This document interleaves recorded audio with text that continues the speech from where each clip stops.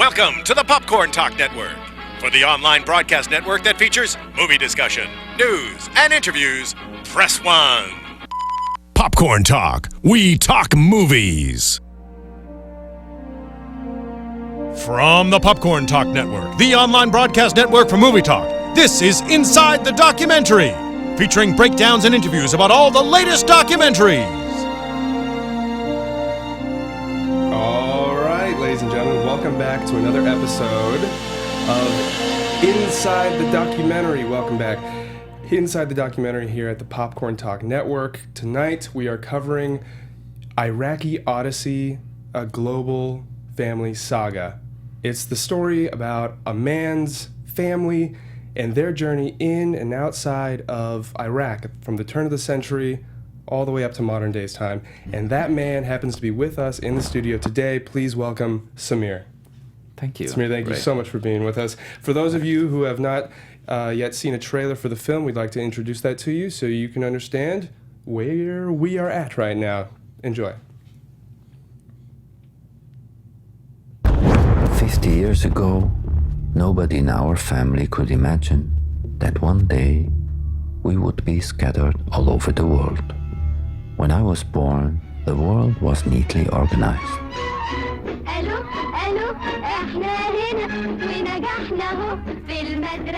Soon after, the revolution broke out. Those were exciting times. It was beginning to blossom. I think that the oil money began pouring in the country. Everybody was so happy. We are going to nationalize our oil. We will send people abroad to study and come back. We will have our friendship with the Soviets. My father really wanted me to go to England. I said, no, I will not go to the bloody bourgeois. I'm going to the Soviet Union. But this awakening ended in dictatorship and war after war. Everyday explosions and glass splittering. So I decided to leave. Now I am almost 80. How can I return? With the situation in my country, how could I return? Religious fanatics. All the women in abayas and underneath a headscarf too. And the arms covered to here. I don't know how they can bear the heat. I want to be part of the change over there. What am I doing here? Enough. Go back and be with them. Today, over 4 million Iraqi citizens live all over the world. Over 4 million stories, and my family story is just one of them.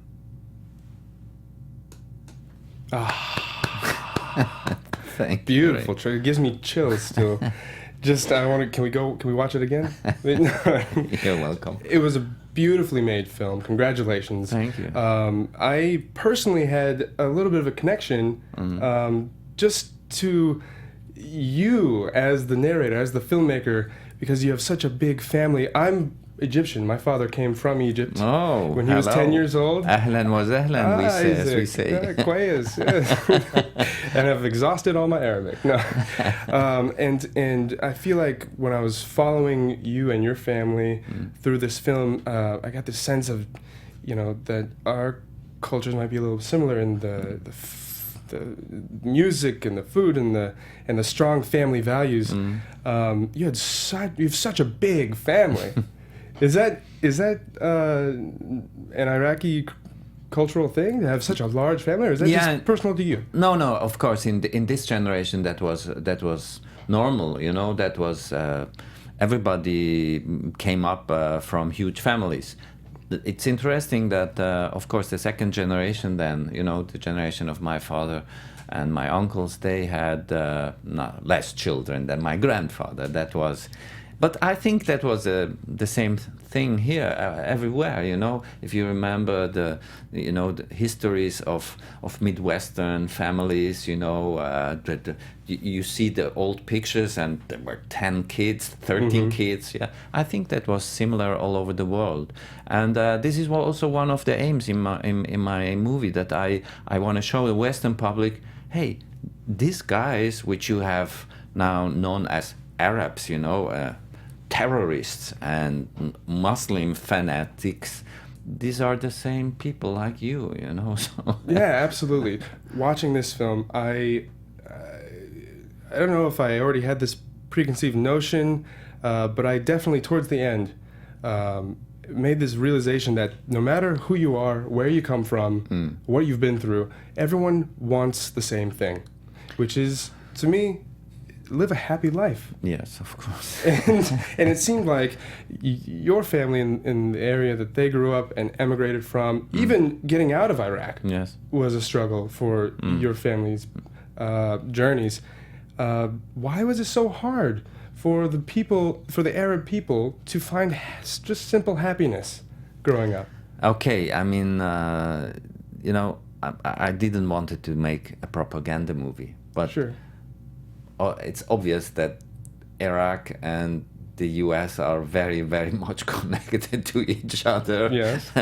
And not only because of the two wars, but it was also before because of the oil.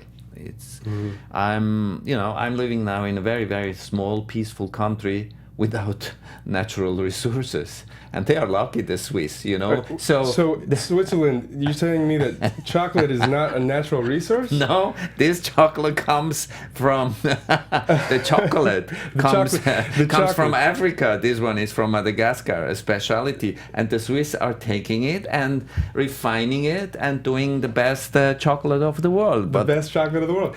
This is actually some chocolate that Samir graciously brought in as a gift from Switzerland, which you now reside. Yeah. And I'm looking very much forward to trying this. You said it's the best chocolate in the best. You will be an addict, and you will call me then up. I bring your next Samir. chocolate bomb.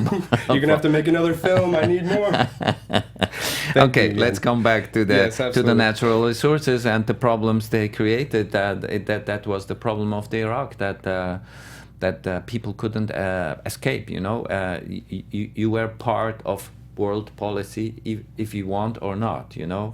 So at the end, everybody had to leave because of politics. And my questioning was, of course, why my folks always try to go back, you know. It's a crazy story. That's why it's called Iraqi Odyssey, because like in the Odyssey, Ulysses, he tries to go back to his wife, you know, and it takes 10 years, you know, and he goes from one island to the other, and he never arrives in a way. And at the end, when he arrives, his woman doesn't recognize him, only his dog. Yeah. I don't know if you know the fairy tale. I was going to ask you about the illusion that you made. It was actually an illusion that your uncle made as well, yes? Yeah, but he made it in a political sense. Yeah. He said, okay, Iraq is Penelope, the wife of Odyssey, but unfortunately she went to bed with her suitor US. Yes, I love that line. The illusion So you for see, we are connections. very much close Yeah. to the Iraq and the US do politics. That's it. As far as, I guess, where it stands now, do you think that the situation now is in a state where it can... Let me rephrase the question. What do you think the destiny is of the Iraqi people? Because I feel like the past century has been turmoil, and where it is now and where it might be going, your family emigrated to all different parts of the world: Abu Dhabi, London, Paris, Los Angeles, New York, Sydney, Australia, everywhere, and some stayed in Iraq. But I still didn't get the sense that anyone felt truly home. Maybe some.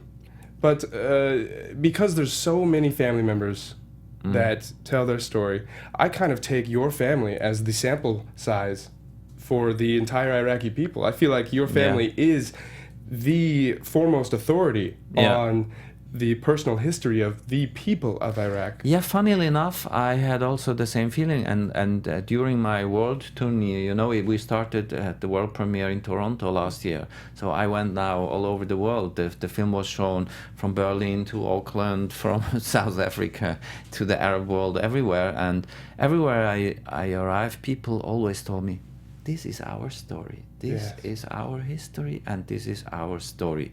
So I was astonished. It's not anymore my family. My film belonged to anyone, as it looks like. And even Switzerland has chosen to represent Switzerland, you know, for the Oscar. You know, this is so strange, you know. That's as the best foreign. Thank you. I'm That's not an sure. amazing. No, yeah, your film was nominated for the Academy Awards. Best foreign language. Yeah. Best foreign language from Switzerland. Yeah, yes. That's amazing. It's obviously being nationally recognized as a gift. Yes, there it is. Take a bow. You have given quite a gift, going out and telling the story that I don't think has yet been told until now. Yes. That's and true. this gift has been given to anyone who wants to learn from it. Mm-hmm. And when I think about learning about history, think about learning from maybe a book or a history professor or the History Channel, you know. But I think that I hope it makes more fun. it was much more fun, much more personal, and I feel like really true to the source, the people who lived this history. Yes. That was one of my aims, of course, to give a kind of platform, you know, to this generation of my father and uncles and aunts, which really tried hard in their life to get the Iraq politically on a track of the modernity, you know, in general, you know, like, okay, equality, democracy, all that stuff, which I believe these are universal issues, you know, it doesn't belong to the West. And in a way they failed, you know, they had really to suffer because then of the dictatorship and all of that. And do that, I think they were not really able to tell their story. So it was in a way, I was pushed, you know, by their ghost to tell their story. And on the other hand, I was also, I had the need to honor them in a way, because in a way I know they failed historically, but I think in 20 years people will recognize their what do you call it, their importance. The God-given rights for the pursuit of happiness, life and liberty, those things that we love here in the free world, I guess you could say. And I think you hit that aim. You've definitely honored that pushing ghost, because I was enlightened to a lot of things. What I'd like to turn the focus on now is you as the filmmaker, personally. You said you made this for others. Yes?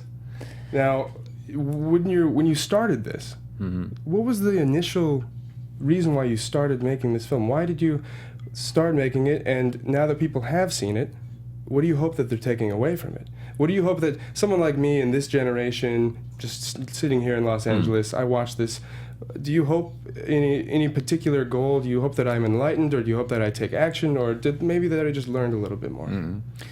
Yes, of course, all of that. All of that. But in the beginning, you know, as a filmmaker, I have done a lot of fiction films, you know, and funnily enough, I'm recognized more as a documentary film, even though I have only done 3, you know. Only 3. Only 3 documentaries, and I have done More about Love, yeah? From More Love to More Love and all that stuff. That was all fiction, you know. So I made let's say about 25 short and long feature films, fiction with actors, and I have done only 3 documentaries, and I'm recognized nowadays as a documentary filmer. So, and I believe that it came because I made each of these 3 documentaries out of a personal need, which means I had to understand what's going on and what kind of burden I'm always having with me in my rucksack, you know. The burden of the past, in a way, you know, because you feel it from just being Iraqi or an Arab, or you know, it's funny. Here, no, of course, no. You have to understand there is a huge difference between the U.S. and Europe or the other parts of the world. The U.S. is a migrant society, by its aim, you know, it's definitely, even if Mr. Trump says the opposite or whatever. I mean, this is a society of migrants, and in Europe not. So I was like, you know, they say always, you know, you are not born as a Jew. You become a Jew because they tell you are a Jew. So Sure. I had the same experience, you know. I grew up in Switzerland since I came as a child to Switzerland, and I had all the memories of my beautiful, spoiled childhood in Baghdad, and I was confronted every day with xenophobia and sometimes also with heavy racism, and I couldn't understand because I was fully integrated, you know, and this is the difference between Europe and the US for sure. So I had this burden, let's say, taken with me because I didn't was aware personally. So I had to confront myself with all the stereotypes, with all the cliches and the prejudice. Why people are pointing me out? And all the three films were about identity. Who are you? What's going on? And so that was the first aim. But of course, I'm also, as a filmmaker, I should have a responsibility versus the society and the people, because I'm in a privileged situation. I can give something, so I should not bullshitting them. So You're a straight shooter. You and your whole family. So thank you. So of course, there was in my mind that I have an aim beside my personal reasons to do the film. I have also an aim to tell the people the story, to let them reflect on their own position. And in Switzerland and everywhere it worked very well. You know, I stayed, you know, in several screenings. We were for 6 weeks on the box office hit with all American action movies. You know? No kidding. Yeah, no. So I was really surprised that the Swiss went to see a documentary of 2.5 hours, you know, and which is complicated. They have to watch people with strange names which they can spell, you know, all that stuff, you know. So at the end, I figured out that a lot of these people, which you would describe here as WASP, you know, white Anglo-Saxon Protestant, you know, that's really heavy. I actually haven't heard WASP yet. Not yet? Not yet. Never? You don't know this expression? No, but I'm going to start using it now. Okay. You This wasp? is- Oh, that's very common in the 70s in the US. So just to come back, and they stayed in my movie and they watched it, and at the end they thought, I didn't knew. But in a way, like, I'm really ashamed that I was not informed, because I could read the newspaper. I could, you know, ask, and especially today, you can go on the internet and understand the world. Yeah, modern day generation, I feel like, does have that inherent need to learn and to understand. Yeah. Because, I mean, call me an optimist, but I feel like global culture, globalization, we might be moving towards more of an age of understanding and tolerance and overall accepting one another and our differences and embracing them. Do you think that the world is getting better? Crickets. No and yes. No. May I have a time to tell you what's going on now in Iraq? Because my film stops, you know, with the last war. And I bring together my family and we are talking about the past. But what happened meanwhile? You know, people are asking me, do you are optimist for the Iraq and what's going on? You know, it's a devastated state and nothing in function anymore, and you have even a civil war. You know, 80 kilometers in front of Baghdad there is civil war. You know, I mean, so, and I said, you know, I got through my work on this film really more optimistic than before, because I figured out that the young generation, which didn't knew anything anymore about the past, they only had a clue of the dictatorship when it ended. Then they grew up with the chaos of the post-war times, and they are very much connected to the world through the social media. You know, I'm getting every 10 minutes a flash news from Baghdad, what's going on, and so on.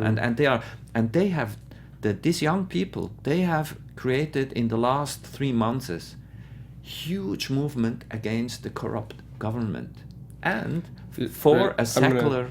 I'm going to tweet out our link right now so anyone can watch live to hear this because they need to. Yes, and if you go on specific Iraqi, especially if you understand Arabic, you will be la, which means no.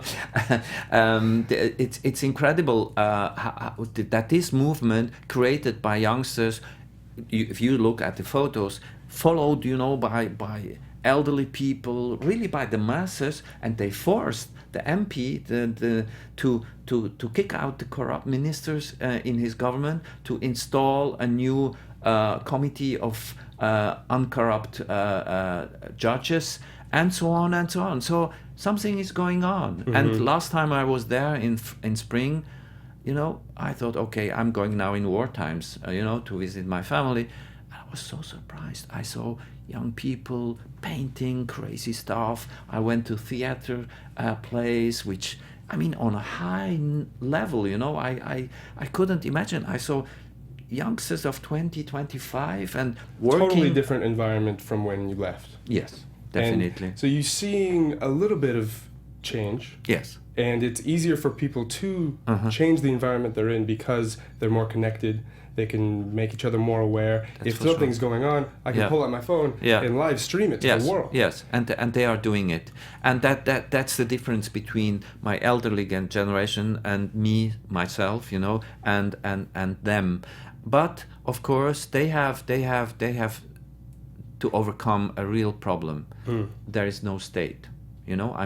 Obvious. Literally, it's really a chaos. If somebody grew up, okay, this is the sidewalk, and the sidewalk is to walk. The streets are for that. There is phones. There is the school. If you go for your papers, you have to all that stuff. What we take for granted is not anymore, and the elderly generation was really. They freaked out. They didn't understood. So that's why a lot of people went into religion. Okay, forget the rest. Allah will handle it. Of course, He will never handle. But okay, they believe it. So the youngsters, they grew up now only with this new situation, and they don't know else. But of course, they see. Okay, in other countries, they are solved it in a different way. So we should also go for that, and that's why I'm optimistic. That's excellent that you are, and putting the information and the stories out that you did in this film helps people understand the past and to not repeat patterns of the past. Yeah. Because it seems like a lot of people forget what can happen so easily. Yes. Somebody who you believe in, good public speaker, radical ideas, is the next dictator 5 years down the road, and you never saw it coming. Yeah. But patterns in history show that when people get comfortable or satisfied with the way they're living, that they're okay with it. But the important thing is you have to create structures which allow to really express your thoughts, your I think this was the difference before, that the changement was really not. It didn't went to a civil society where really people were was aware that they are part of the state. Now I'm living in Switzerland. I don't know how it works in the US, but I can tell you that in Switzerland it's a peaceful country because everybody is involved in all decisions. That makes politics very complicated. And sometimes it's really backwarded. If you imagine they gave the vote for the women in 1971, but it was given in a vote, it was not decided. It was the people which then decided. So I think this is the way everything should go. That you have to participate in your small community as well as in the whole state. And I believe in the Iraq if this generation goes on, they will fight for these rights, and they will take it, and that's why it can't be taken away anymore. Right. I believe in your optimism, and I believe that they will. Can I ask real quick? Are you proud to be an Iraqi? Because, and I asked this because and I live in Los Angeles, there's a lot of people, I don't even know where they're from, Iraq, Iran, because they say I'm Persian, right? They don't. It's like a nice veil to wear. Oh, I'm Persian. And the Persian Empire hasn't been around for a while, right? But no one says I'm Iraqi. I don't hear anyone say I'm or Iraqi. Irani. Or Okay. Irani, yes. However, I'm And it might be different in other parts of the world, but it's something different. What does it mean to be proud? Proud of what? I mean, this is you inherit the culture, and I mean really culture, and then you might be proud because you are loving the creativity of these humans which created this culture. That could be something. But on a country or on a state, I'm very much doubt. Sure. A state. I don't love a state because the state has to be me. And if we are not on that level that we are all creating this state, I'm not proud of it. So I'm not really proud to be Swiss or to be Iraqi, but I'm really proud to be part of my family because they created a lot of wonderful stuff, and they were fighting for the rights of the Iraqis to create their own democratic state. very eloquently put. To be proud to be a title of anything is just another way to blind yourself from what it really is to be human and to be who you are and where you're from. And might I take that also to explain the other aim of my film? Yes.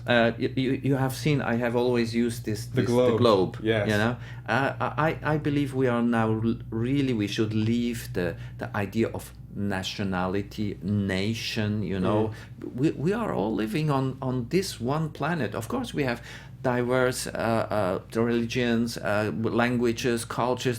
That's the beauty of this planet. Sure. But if you look at it, I mean, we are living in a vast, black, cold entity, you know, entity, you know. Yeah, and we should care. We should care about it. Marble. So that's why I'm not. I'm proud that humans can do a lot, beautiful things, but I'm also aware that they are also doing a lot of ugly things. So we should care. Bring awareness to it and work towards a better life for everybody, because that's what everyone wants, is to be happy and live a good life. That's it. And that's beautiful. You know, one day aliens are going to touch down and we're going to say, hey, there's no longer borders around Israel. Yes. There's Earth versus the rest of the universe. Well, Earth and Mars, because we're totally moving in soon, right? Are you sure? I mean, Okay. Let me switch it up and just bring it to your family real quick. I'd like to know. I mean, such a large family, and they're all over the world. What was it like being able to reconnect with them? And was it a struggle? I mean, was it one of the hardships of your film? I guess we'll start with just the family. Seeing your family all over the world, bringing them in and directing them, and bringing the story out from them. What was that like for you?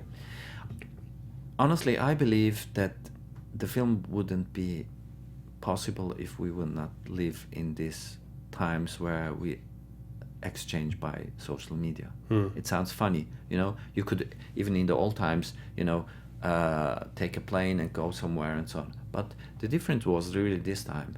Everybody started, you know, to create their own Facebook site, and before they installed their email, so we started to come. It was, you know, the funny thing was, once I said to my family that when we lived all together in Baghdad, we didn't know anything about each other, you know, and now we are spread all over the world, and we know sometimes maybe things which we didn't know to know, you know, too much about each other. So I think it was the right time to do it also, because before I wouldn't be able really to communicate in that strong way which I had done it in these years with my family. So my family started more than 10 years ago, 15 years ago, especially the eldest ones, just to send me their letters, their photos, everything. It was like getting a handwritten letter in the mail nowadays, by the way, Yeah. is quite a treat. Yes. It's like somebody Yes. send me a letter by owl, and Yes, carrier pigeon. What's in here? Yes, and maybe you think, oh, this is some serious stuff. Yeah, right. In the old times, Why couldn't you just text me? What needed to be written? Okay, to come back to my family. So in the, I felt that there were, you know, you have to understand, in the Arab world, even if my family loved films and music and everything culturally wise, but someone of the family is in movies. I mean, movies are, you know, with half-naked women, and it's Arab, it's shame, you know. Yeah, we've seen Scarface. Yeah, we know. yeah. So that was very, very suspicious.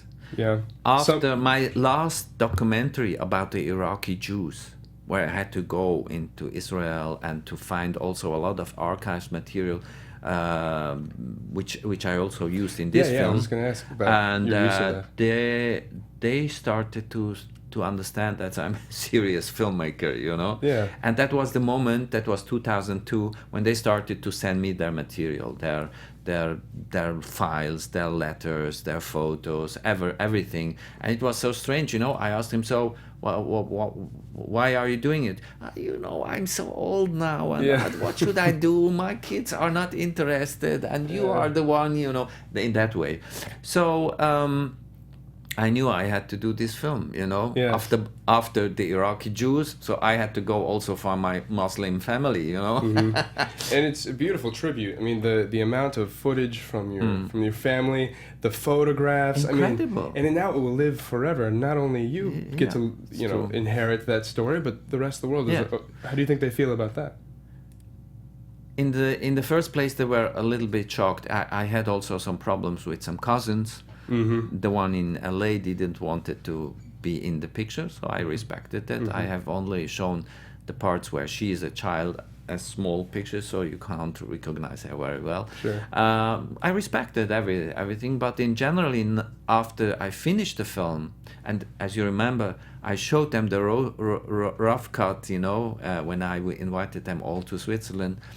And they started to be proud. They understood that this film is not only about the family; it's also the story of the middle class, secular generation of them and their friends, in a way, you know.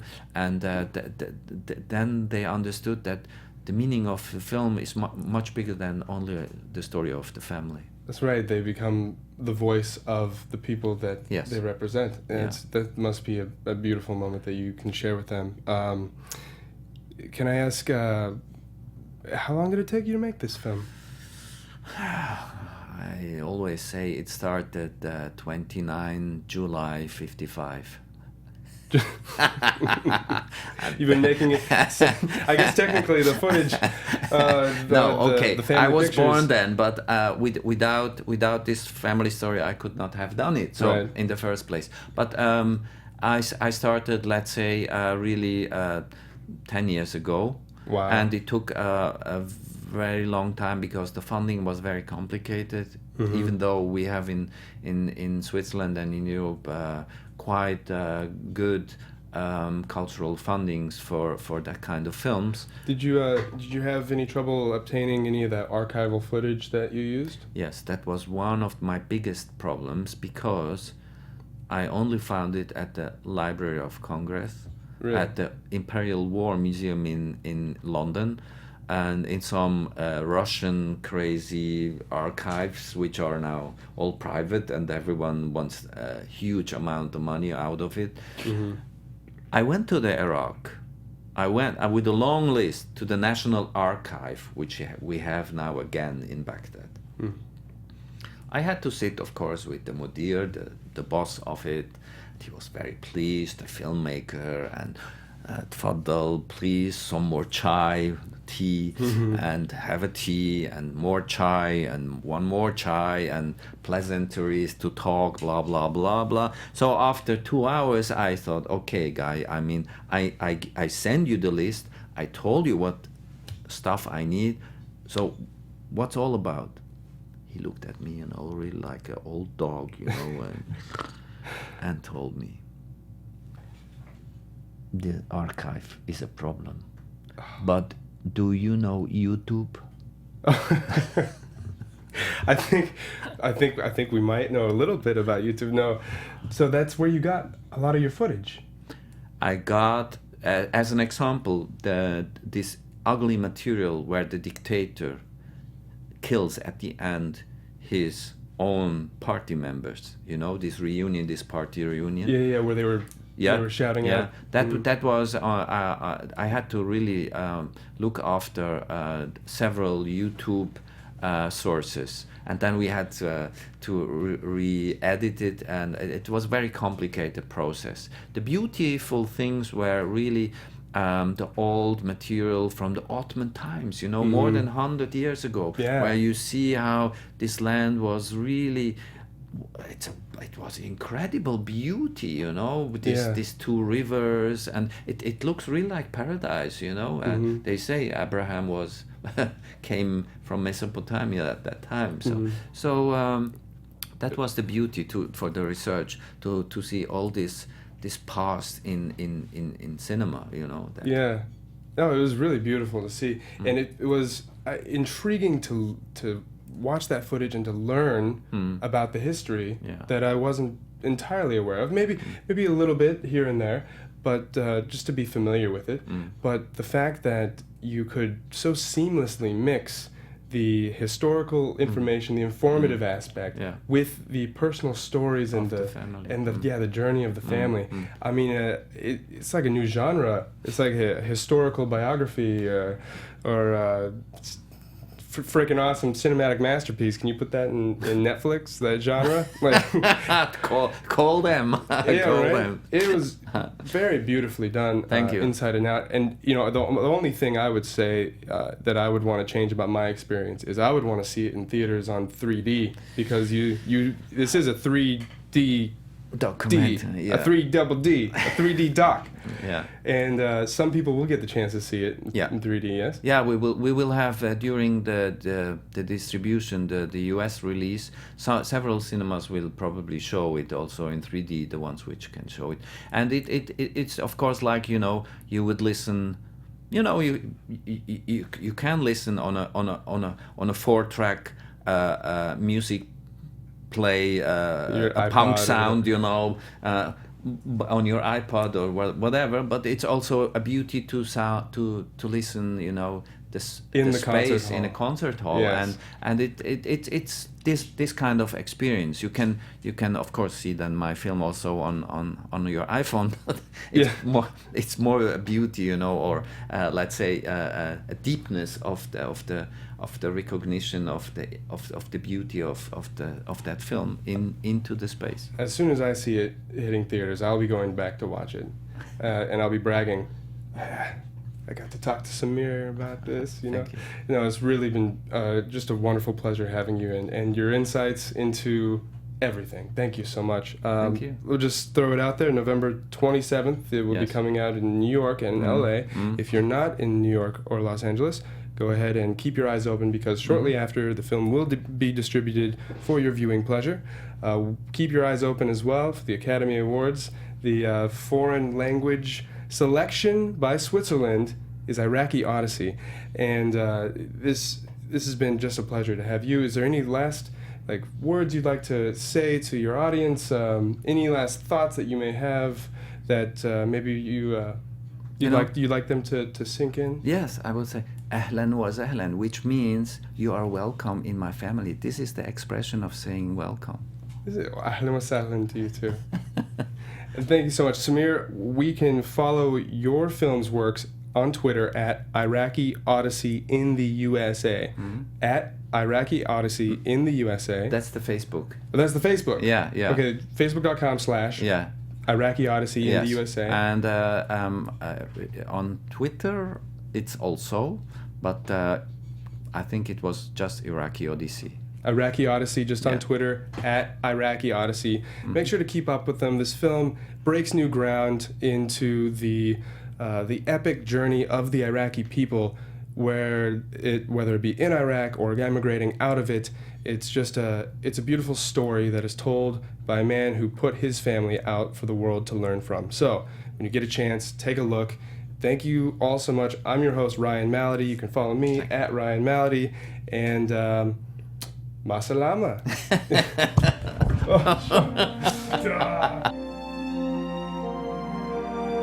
From producers Maria Menounos, Kevin Undergaro, Phil Svitek, and the entire Popcorn Talk Network, we would like to thank you for tuning in. For questions or comments, be sure to visit popcorntalk.com. I'm Sir Richard Wentworth, and this has been a presentation of the Popcorn Talk Network. The views expressed herein are those of the hosts only and do not necessarily reflect the views of the Popcorn Talk Network or its owners or principals.